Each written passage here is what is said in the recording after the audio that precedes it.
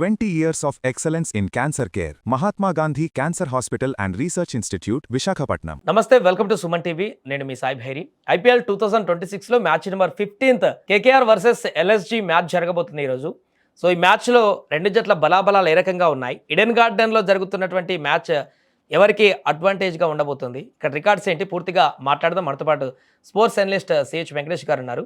Sir నమస్తే. Sir నమస్తే sir. Match number 15th KKR versus LSG Eden గార్డెన్లో జరగబోతుంది. మొన్న మ్యాచ్ ఒకటి వర్షం కారణంగా అబండ్ అయిపోయింది. సో ఈ మ్యాచ్ అన్నా జరుగుతుందా, జరిగితే ఎలా ఉండబోతుంది? వెదర్ అయితే ఇంకా కొంత అక్కడ వర్ష ప్రభావం ఉన్నట్టుగా కనపడుతుంది.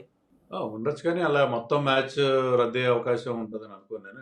అందుకే మనం లాస్ట్ మ్యాచ్లో కూడా చూసాం, వాళ్ళ దగ్గర ఫుల్ గ్రౌండ్ కవర్ చేసే కవర్స్ ఉన్నాయి కాబట్టి డెఫినెట్గా ఎలాగైతే రాజస్థాన్ ముంబై లాగా ఒక short end match 11 hours match అయినా జరిగే అవకాశం ఉంటుంది డెఫినెట్గా. కేకేఆర్కి అవసరం కూడా, ఎందుకంటే ఒక్కొక్క పాయింట్ సంపాదించి వాళ్ళు ముందుకెళ్ళడం కష్టం. 4 మ్యాచ్ల తర్వాత కేవలం 2 పాయింట్లు మాత్రం ఉంటే వాళ్ళ జర్నీ చాలా కష్టం అవుతుంది ఈ ఫ్యూచర్లో. సో 4th మ్యాచ్ జరగాలని చెప్పి వాళ్ళు ఆశిస్తారు. అలాగే ఎల్ఎస్జీ కూడా లాస్ట్ మ్యాచ్ గెలిచారు. వాళ్ళు గెలిచిన తర్వాత ఆ మొమెంటమ్ని ముందుకు తీసుకెళ్ళడానికి వాళ్ళు కూడా ప్రయత్నం చేస్తారు. ఎలా ఉండబోతుంది సార్ ఈ మ్యాచ్? ఒకవేళ టాస్ గెలిస్తే బ్యాటింగే తీసుకుంటారా, లేకుంటే చేజింగ్ తీసుకుంటారా? రెండు జట్లను కంపేర్ చేస్తే ఏది కొంత గట్టిగా ఉన్నట్టుగా చెప్పుకోవచ్చు టీం? యాక్చువల్గా మీరు అన్నట్టు వర్షం ప్రమాదం ఉంటే టాస్ గెలిచిన కెప్టెన్ ఎవరైనా సరే ముందుగా బౌలింగ్ తీసుకుంటారు. దానికి సింపుల్ రీజన్ ఏంటంటే, మీకు మళ్ళీ వర్షం వచ్చినా మళ్ళీ ఓవర్లు కుదించినా కూడా మీకు సెకండ్ బ్యాటింగ్ టీంకి అడ్వాంటేజ్ ఉంటుంది. వాళ్ళకి టార్గెట్ తెలుస్తుంది, దాన్ని బట్టి ప్లాన్ చేసుకుంటారు. కానీ సర్ప్రైజింగ్లీ లాస్ట్ టైం రద్దయిన మ్యాచ్లో against Punjab KKR captain Rahane toss గెలిచి ముందుగా బ్యాటింగ్ ఎంచుకున్నాడు. ఒకవేళ వర్షం కూడా మీకు 10:30 ఆ టైంలో ఆగిపోయింది. ఆ టైంలో కనుక మ్యాచ్ రిజ్యూమ్ అయి ఉంటే వాళ్ళకి కేవలం 8 బంతులు మిగిలేవి. వాళ్ళు అప్పటికే చాలా తక్కువ స్కోర్ చేశారు. సో 8 బంతుల్లో వాళ్ళు ఎన్ని రన్స్ కొడతారు? మరోవైపు పంజాబ్కి ఫుల్ 5 overs వస్తే ఆ 5 overs మాత్రమే అని తెలుసు వాళ్ళకి. ఆ 5 overs వాళ్ళు ఫుల్గా దాన్ని యూటిలైజ్ చేసుకుంటారు.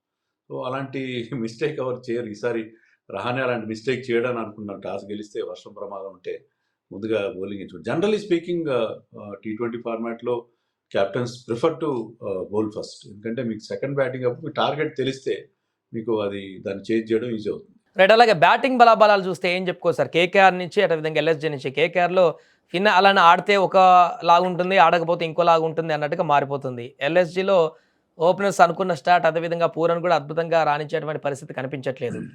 బ్యాటింగ్లో ఎలా చూడొచ్చు రెండు టీముల్ని? అదే ఇప్పుడు ఫినాలెన్ అన్నారు, కానీ రద్దయిన మ్యాచ్లో ఫినాలెన్ అవుట్ అయిపోయాడు. తర్వాత క్యామరన్ గ్రీన్ కూడా అవుట్ అయిపోయాడు. జరిగిన 3.5 ఓవర్ల ఆటలో ఇద్దరిని పంజాబ్ బౌలర్స్ అవుట్ చేశారు. సో వాళ్ళ బ్యాటింగ్లో ఉన్న వాళ్ళ ప్రాబ్లమ్స్ కంటిన్యూ అవుతున్నాయి. ఫినాలెన్ ఇంతవరకు చెప్పుకోదగ్గ ఇన్నింగ్స్ ఆడలేదు. అతను 30s 40s చేస్తే కాదు కదా. సో వాళ్ళకి చాలా చాలా సీరియస్ ప్రాబ్లమ్స్ ఉన్నాయి. క్యామరన్ గ్రీన్ని 20 కోట్లు పెట్టి తీసుకున్నారు, కానీ ఇంతవరకు ఆడిన 3 మ్యాచ్ల్లో కూడా అతను బ్యాటింగ్లో ఫెయిల్ అయ్యాడు. మరి అతను పక్కన పెట్టాలి, కేవలం అతనికి 20 కోట్లు పెట్టాం కాబట్టి ఆడించాలని రూల్ లేదు కదా. సన్ రైజర్స్ కూడా ఏం చేస్తున్నారు, 13 కోట్లు పెట్టి లియామ్ లివింగ్స్టన్ తీసుకున్నా అతను ఇంతవరకు అతన్ని ఆడించలేదు. సో మీకు టీంలో అతను ఎంతవరకు ఉపయోగం అనేది, ఎందుకంటే బౌలింగ్ చేయనప్పుడు క్యామరన్ గ్రీన్ విషయంలో మీరు అంత చేయాల్సిన అవసరం. సో క్యామ్ గ్రీన్ పక్కన పెట్టేసి టిమ్ సైఫర్ట్ని ఆడించుకుంటే బెటర్గా ఉంటుంది. టిమ్ సైఫర్ట్ ఫినాలెన్ ఓపెనింగ్ జోడీ, వరల్డ్ కప్ జోడీని ఇక్కడ వాళ్ళు సక్సెస్ఫుల్ జోడీ, దాంతో వెళ్తే బాగుంటుందని నేను అనుకుంటున్నాను. సో వాళ్ళు బ్యాటింగ్ చాలా వీక్గా ఉంది. రింకు సింగ్ కానీ ఎవరు బాగా పర్ఫామ్ చేయట్లేదు, ఎక్సెప్ట్ అంకుష్ రఘువంశీ ఎవరు కూడా పర్ఫామ్ చేయట్లేదు. రమణ్దీప్ సింగ్, ఎవ్రీబడి మొత్తం వాళ్ళ బ్యాటింగ్ అంతా చాలా చాలా ప్యాథటిక్గా ఉంది వాళ్ళతో. సో అలాగే ఎల్ఎస్జీ టీం విషయాన్ని చూసుకుంటే లాస్ట్ మ్యాచ్లో కొంత పంత్ ఫామ్లోకి వచ్చినట్టు కనిపించింది. బట్ స్ట్రైక్ రేట్ అంత ఆశాజనకంగా లేకున్నా కూడా ఆ టైంకి పర్ఫెక్ట్ ఇన్నింగ్స్ లాగానే అనిపించింది. అది రైట్ ఇన్నింగ్స్, ఎందుకంటే విరాట్ కోహ్లీ టైప్లో ఆడాడు. చివరి దాకా నిలబడి ఆ టఫ్ చేజ్ని అతను చాలా చక్కగా మేనేజ్ చేశాడు.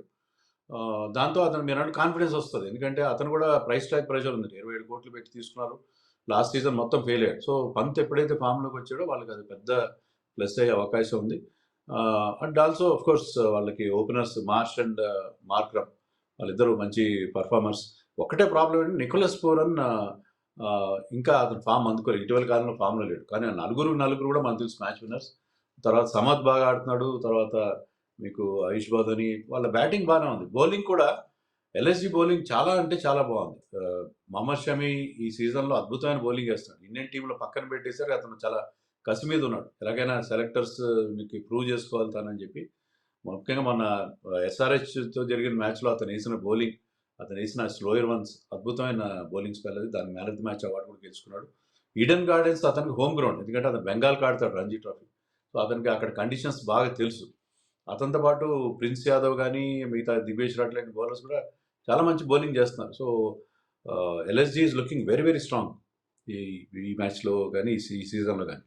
సో లాస్ట్ మ్యాచ్లో సునీల్ నారాయణ అదేవిధంగా వరుణ్ చక్రవర్తి ఇద్దరిని కూడా ప్లేయింగ్ లెవెన్లో చూడలేదు కేకేఆర్ నుంచి. అంటే కొంత గాయమని చెప్పేసి అన్నట్టుగా కనిపించింది సునీల్ నారాయణకి. బట్ ఇది ఉద్దేశపూర్వకంగా పక్కన పెట్టినట్టుగా అనుకోవచ్చా, లేకుంటే అడ్జస్ట్మెంట్లో భాగమనొచ్చా?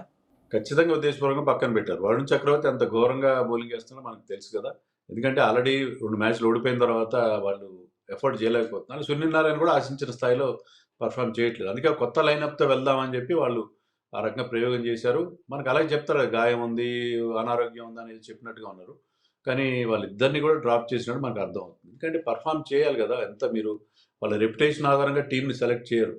క్యామ్ గ్రీన్ విషయంలో కూడా అదే నిర్ణయం తీసుకోవాలి. టఫ్ డెసిషన్ తీసుకొని టీమ్ కాంబినేషన్ మార్చి, వాళ్ళు కానీ చెన్నై కానీ చాలా పూర్గా ఉంది వాళ్ళ ఇంతవరకు వాళ్ళు ఆడిన పర్ఫార్మెన్స్ చూస్తే. సో అందుకని నేను అనుకోవడం ఏంటంటే ఈవెన్ ఈ మ్యాచ్లో కూడా మనకి సునీల్ నారాయణ, వరుణ్ చక్రవర్తి కనబడకపోయినా మనం ఆశ్చర్యపోవాల్సిన అవసరం లేదు.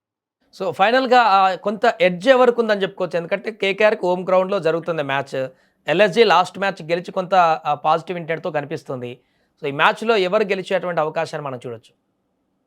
అంటే ఎల్ఎస్జీ బౌలింగ్లో బ్యాటింగ్లో కూడా చాలా స్ట్రాంగ్గా ఉంది కాబట్టి పంత్ కూడా ఫామ్లోకి వచ్చాడు. వాళ్ళు ఫేవరెట్స్గా స్టార్ట్ అవుతారు. టాస్ లాంటివి కూడా చాలా ఇంపార్టెన్స్ వహిస్తాయి. బట్ నాకేమనిపిస్తుందంటే ఈ కేకేఆర్ టీమ్ బౌలింగ్లో చాలా వాళ్ళకి ఎలాంటి పదును లేదు. బ్యాటింగ్ విషయంలో ఎవరు ఫామ్లో లేరు. వీళ్ళు ఎలా గెలుస్తారు మ్యాచ్ అనేది నాకు అర్థం కావట్లేదు. So definitely 70% in favour of LSG ఉంటుంది మ్యాచ్ అని మనం అనుకోవచ్చు. Right sir, thank you so much. ఇది match number 15th KKR versus LSG మధ్య జరగబోతున్నటువంటి మ్యాచ్లో కొంత వర్ష ప్రభావం లేకుండా సజావుగా మ్యాచ్ గెలిస్తే మాత్రం కొంత ఎల్ఎస్జీకి ఎడ్జ్ ఉన్నట్టుగా కనపడుతుంది. మరి చూద్దాం ఈ మ్యాచ్లో ఎవరు గెలుస్తారు.